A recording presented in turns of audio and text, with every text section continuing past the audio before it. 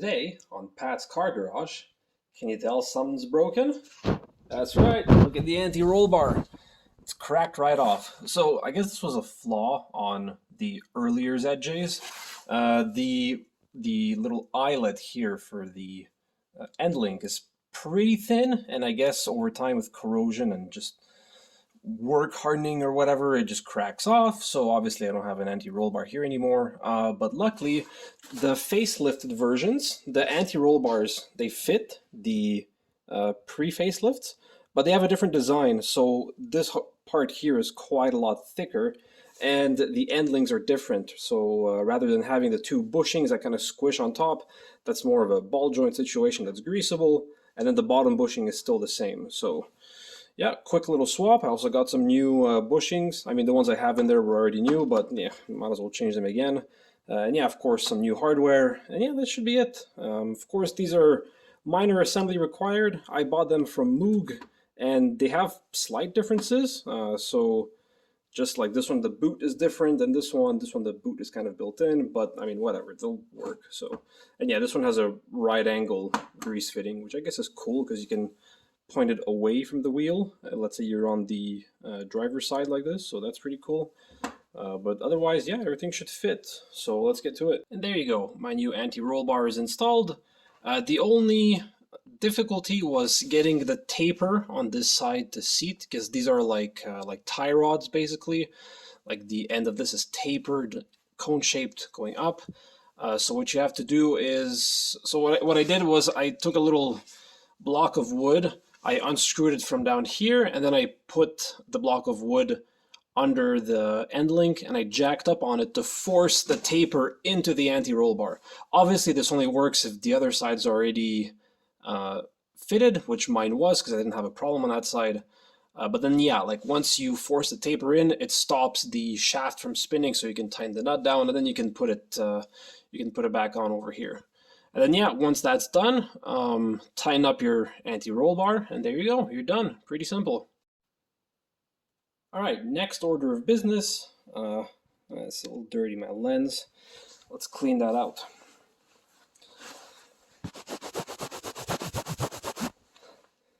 That's probably better. All right, next order of business. So when I changed the front axle, I put a new U-joint in the axle shaft, but the problem is the stub shaft is all rusty and the caps don't feel that well, and like this is all rusty too, so like this is about to like die of death, right? So I decided to replace them with a CV axle instead of a U-joint axle. I'm gonna make a dedicated video why, but I do believe the CV axles are better for my particular case. And I generally believe them to be stronger than U-joints.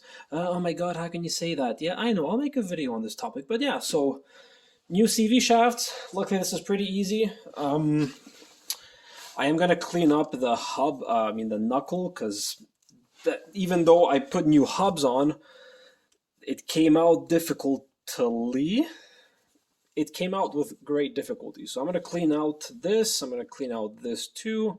Maybe put a little bit of grease so that when the hub goes back in, it doesn't seize to the knuckle. So yeah, this hub, I mean, was brand spanking new, but look at what one season of winter does to Canadian cars. This was a brand new hub that I put on a few months ago. I mean, you can tell by the inside it's still nice and shiny, but yeah, the outside, not so much. Maybe next time I put hubs on a Dana 30, I'm gonna paint them or something. I don't know. Both old shafts are out, and up here everything is buttoned up and ready to go. So now the next order of business is the front drive shaft. So I already tore it apart somewhat, so that's part of it. Here's the cage, and I just started putting this U-joint in on this side. The centering ball, that's a sport to get that out. So it has this little seal around it. You can try to pop that out. It shouldn't be in very tight, but then to get the ball out, so you rotate it inwards, and there's another kind of hole on the other side, and then you can use 2 screwdrivers to just like wedge it up, and then once you have it out most of the way, You can either put it in a vice grip, such that the yoke is kind of below the jaw, so that now you can pry against the jaws of your. I call this a vice grip. It's a bench vice. So, like, if you put the yoke a little bit lower, that means you could pry against um, the jaws of your bench vice.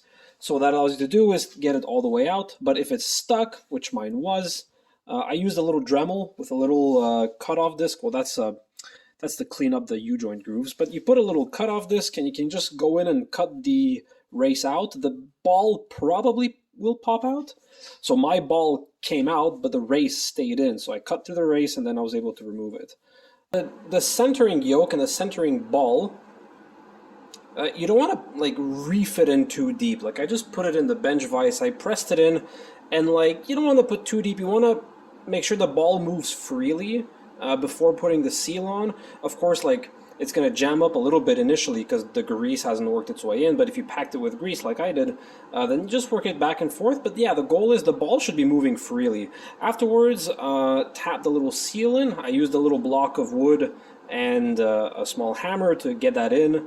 Again, like don't reef on it, like the seal just is supposed to be like slightly pressed in. And then like the seal will add a considerable amount of resistance to the ball, but it should still move like relatively freely. Like I am pressing hard, but it's not jamming anywhere. It's really just a friction of the seal that goes in. Of course, it's the shallow end of the ball that has to go in. The centering ball is offset. So here's an example. See how there's like this part sticks out further more. Or further out rather. So like the tapered in, this side goes in like that, and then the, like I guess the taller side points outwards with a little lip that pokes out right here on the side. This goes also upwards. So yeah, that's that. I still have the piece of cardboard in there, so don't forget to remove that. And I tried rebuilding my drive shaft a different way, but I screwed something up, so I'm trying it again.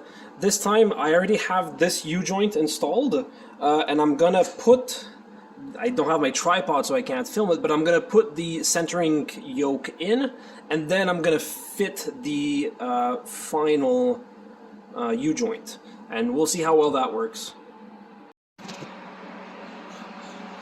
So as you can tell, that's the grease fit, like that's the grease port for the centering ball. And of course, so what I did was I packed the inside. Once I removed the cardboard, I packed it with grease just so the needle bearings don't fall out and they stay stuck in there. And of course the extra grease is going to flow out of here. But yeah, now I'm going to put this U-joint in and we'll see how well that goes. Yeah, obviously the fan turns on as I'm trying to film and making a whole bunch of noise. There you go. So yeah, this was 100% the way to go. As you can tell, I still need to press the caps in, but this was like super easy.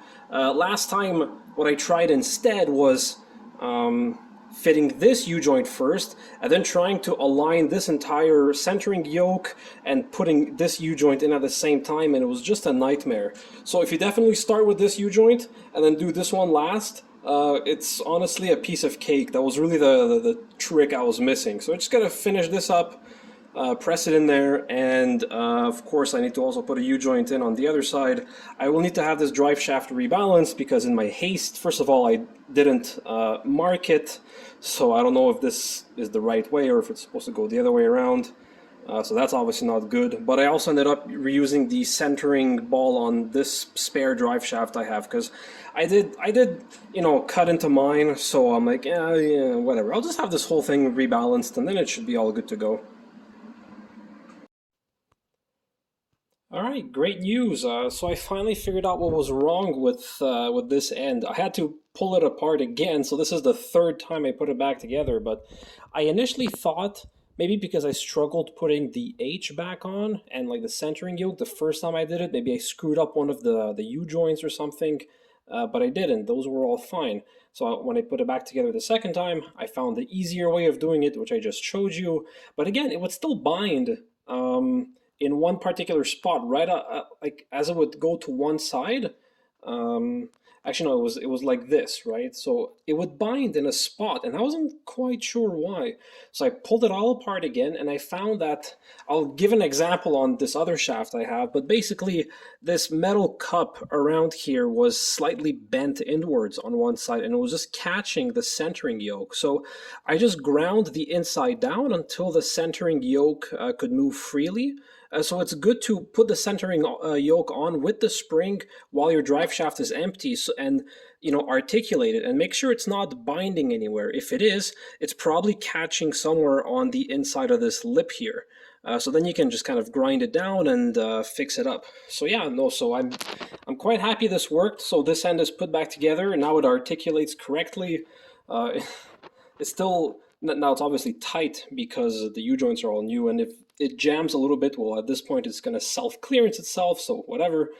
Yeah, no, now the only thing left is to put the U-joint into this end. That's super easy. Obviously, this side is the hard part. And yeah, it's done. I will still have to have this thing balanced, but yeah, I'll finally get rid of my Bluetooth drive shaft. And another thing I didn't show it, but I put new U-joints on the drive shaft. You might just be able to see that, and you see over there, new U-joints. That actually got rid of the vibrations I was feeling, which was very annoying, but yeah, finally she's vibration free.